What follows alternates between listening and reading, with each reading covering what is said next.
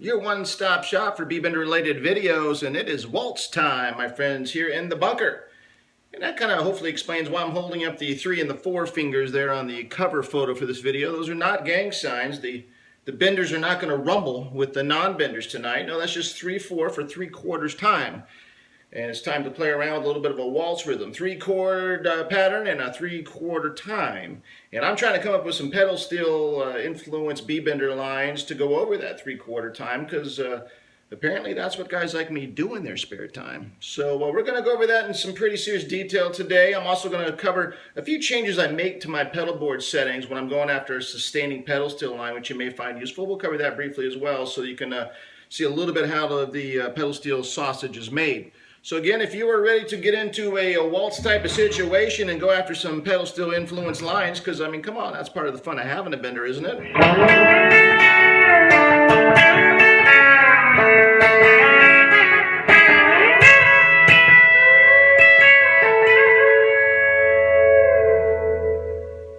If you're ready to waltz across Texas with me, go grab that bender and let's get right on it. Well, okay, let's get started with the pedal steel waltz lesson here in the Bender Bunker.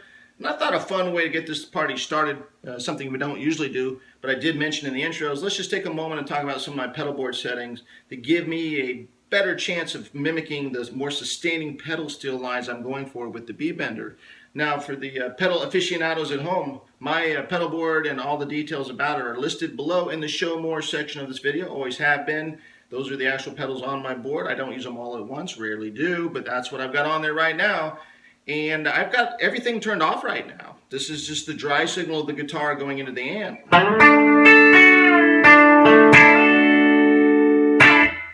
And boy, is that dead on arrival when you stop playing. Not always your friend when you're trying to go after some pedal steel influence, longer drawn out lines. So the first thing we're going to do is add in our friend, Mr. Compressor pedal. And that's basically to really start helping us with the issue of sustain.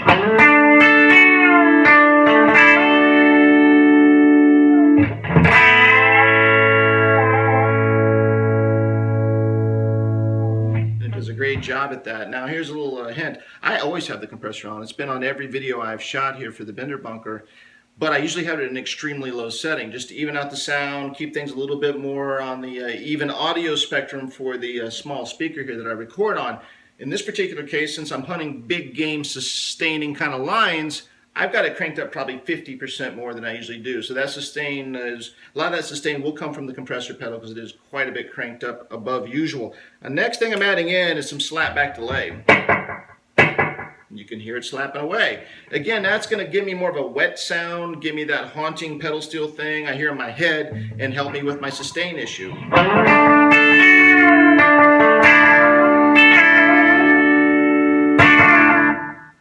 And then finally, we top this pedal steel dessert off with a healthy dose of reverb.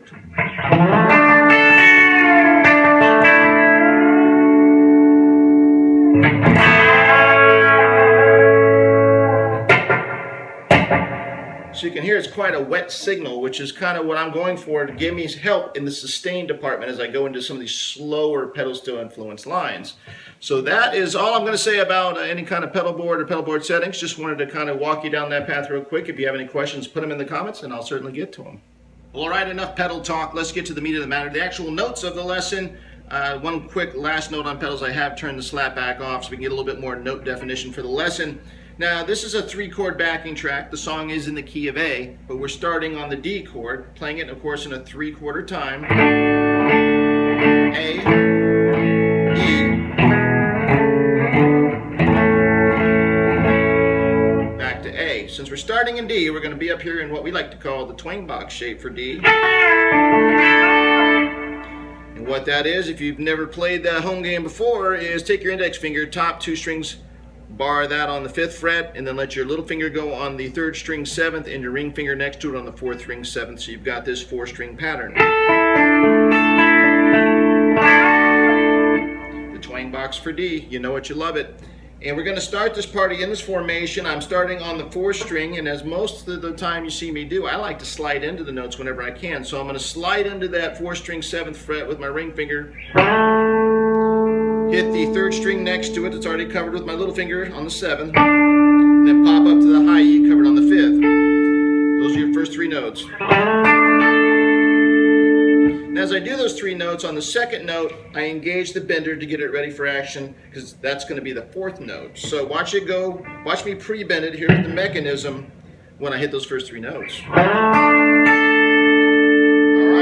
bender's engaged, so I'm going to go ahead and hit the B string 5th fret, already covered by my index finger, let the bender down once I do. And then go back to the 3rd string 7th, still covered by my little finger. So all together.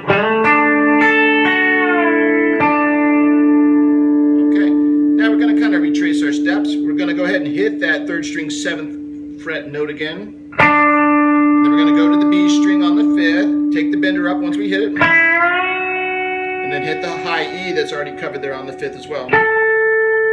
So all together.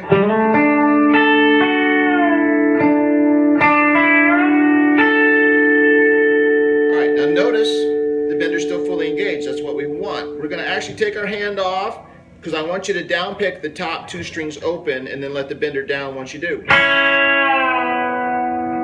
And then you're going to end by hitting the 3rd string 2nd fret with your little finger once you come down off those top 2 open strings. Because you're transitioning to the A chord from the D chord that started the party.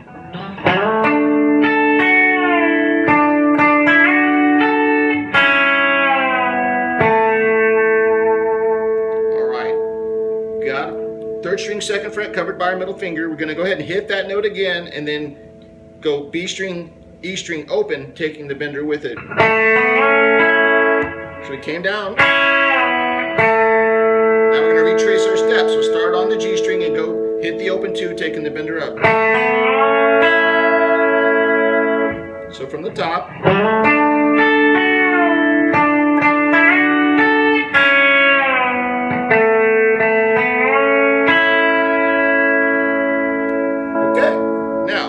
Bender's still fully engaged, and that's good, that's what we want. We're going to pop up here with our index finger to the top 2 strings on the 7th fret.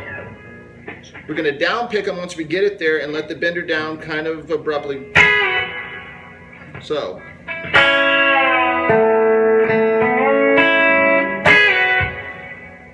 And then we're going to pop down here, and this shape is going to be your index finger, 2nd string 3rd, and your ring finger, high E 4th.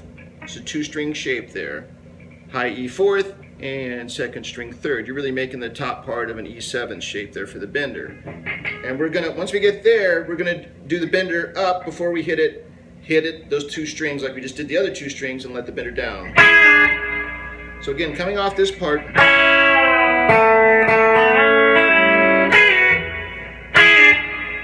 Alright, so it's bender's already fully engaged before we get up here on the 7th top 2. Pop down to this new shape, right? We've got to do the, as we're popping down, we've got to get the bender engaged because we need it pre-bent. Hit those top 2, bring it down.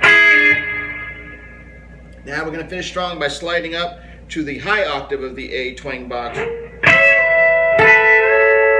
And that's by taking your index finger all the way up to the top 2 on the 12th fret. And once we get there, I've got it pre-bent. I'm going to hit the top 2 that I've covered with my index finger there on the 12th. And then I'm going to drop my ring finger there 2 frets above it on the 3rd string on the 14th, because you're making the top 3 strings of the A twang box.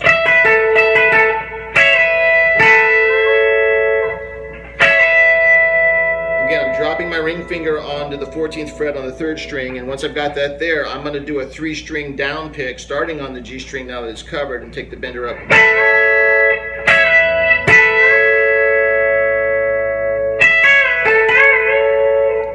So remember, we got here, we pre-bent it, right? Dropped it on the 3rd string, 14th. Down picked the top 3, took the bender up. Bender's all the way up now. What I'm doing is the high E on the 12th. Then the high E, or the B string next to it's already pre-bent. And then I'm hitting the G string on the 14th. I'm going back to the unbent B on the 12th, but I'm doing it, bending it twice, all the way up.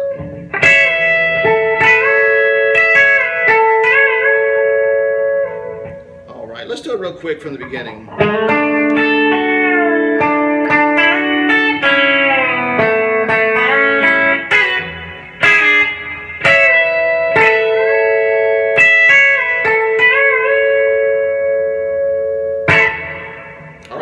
first half of the lick. I want you to practice that, get it nice and fluid. Here it is up to speed.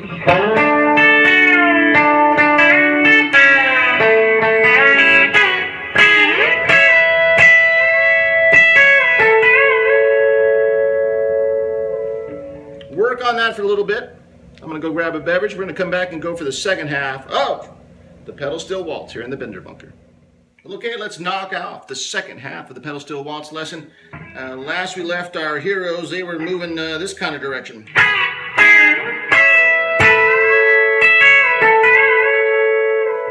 Which left them up here on the 12th fret of the top two strings with our index finger. We're going to take that index finger down to the 10th fret top two strings, bar the top two on the 10th, and this is what we're going to go over right now.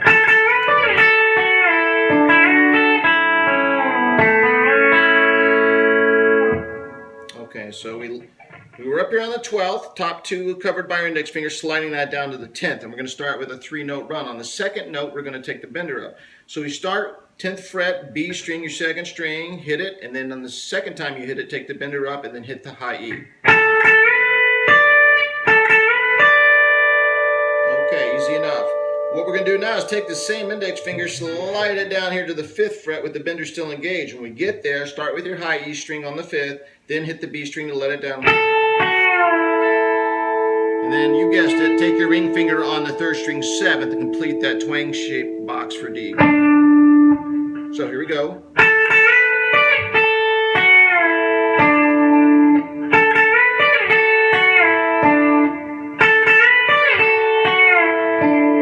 And don't be afraid to slide it down there. That's kind of what a pedal steel does. It's sliding down the strings when you take that index finger from the 10th to the 5th. Now we're going to retrace our steps with the same pattern we've already got down here on the 5th. Go ahead and hit the G string, your 3rd string on the 7th. You've already got covered with your ring finger. And then walk it up with the B string and the high E. When you get to the B string, take the bender with it. 3 notes there. So here we go, starting on the 10th.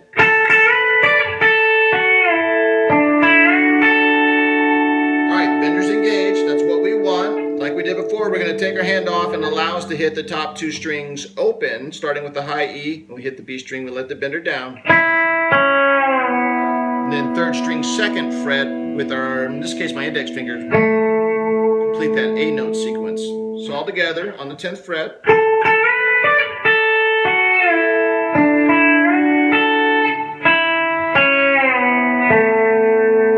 Now go ahead and hit your B string open again, taking the bender up and then hitting your open E when you get there. So coming off this from the top on the 10th.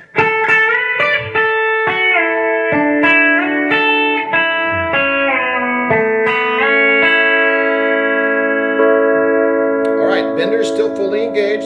Good, that's what we want. Popping up here, barring the top two on the 7th with our index finger. Then we're going to start with the high E, get to the B string next, letting it down on the bender. And that, of course, is your ring finger, 3rd string 9th to complete that E twang box shape. So, again, bender's down now. What I want you to do with the same 3-string shape, I want you to hit the down pick, the top 3, and give the bender a real quick up and down. Alright, so here we go for context on that.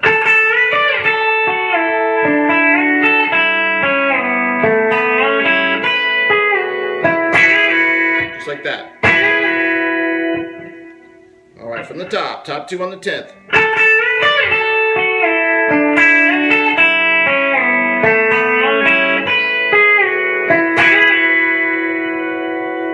Alright, bender's down now. Still got that 3-string shape. Take that exact one back up to where we were before.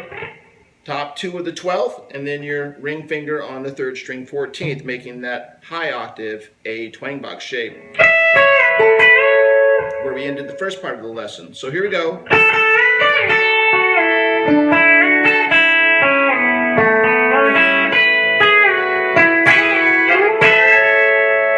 So again, I'm taking that shape there from the 7th fret to the 12th fret again with the ring finger always following 2 frets up on the 3rd string, so that's on the 14th here. That's your A twang box because the song is going back to the dominant key of A. And when I get there, Just like we did before, it's kind of dealer's choice, whatever you want. I think last time we did.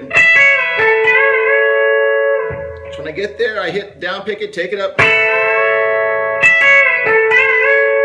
You do what you want. Maybe just keep it simple. All right, all together for context.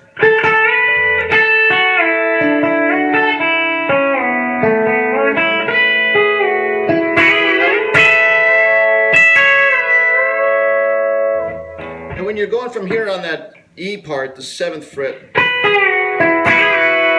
you've already got that shape, so slide it up. Get some sliding sound in there for more pedal steel action when you take it up to the 12th.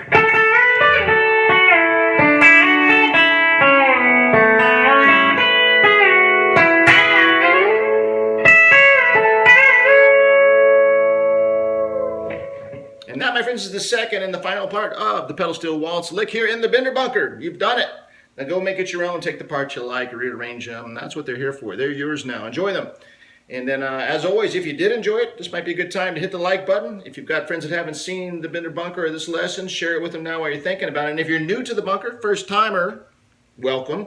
And then maybe think about hitting that subscribe button while you're thinking about it, because we're easy to forget once you move on. And I promise you, we've got plenty more hot B-Bender action in the weeks and months ahead. So hit the subscribe button while you're thinking about it.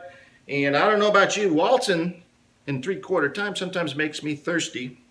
And if you'd like to buy the Bender Bunker virtual beer and you have a PayPal account, very easy to do. Again, down in that show more section where you're taking a look at the pedal board configuration, you may have seen a direct link to our PayPal account. If you ever want to send a virtual beer with our promise, every dollar received is indeed spent on beer. All right, I'm going to play us on out of here to the backing track this time. And end with our motto, as we always do. It is never too late to go on a bender, especially if you're going to waltz through this bender. And I will see you next time here in the Bender bunker. Do me a favor, keep it bent.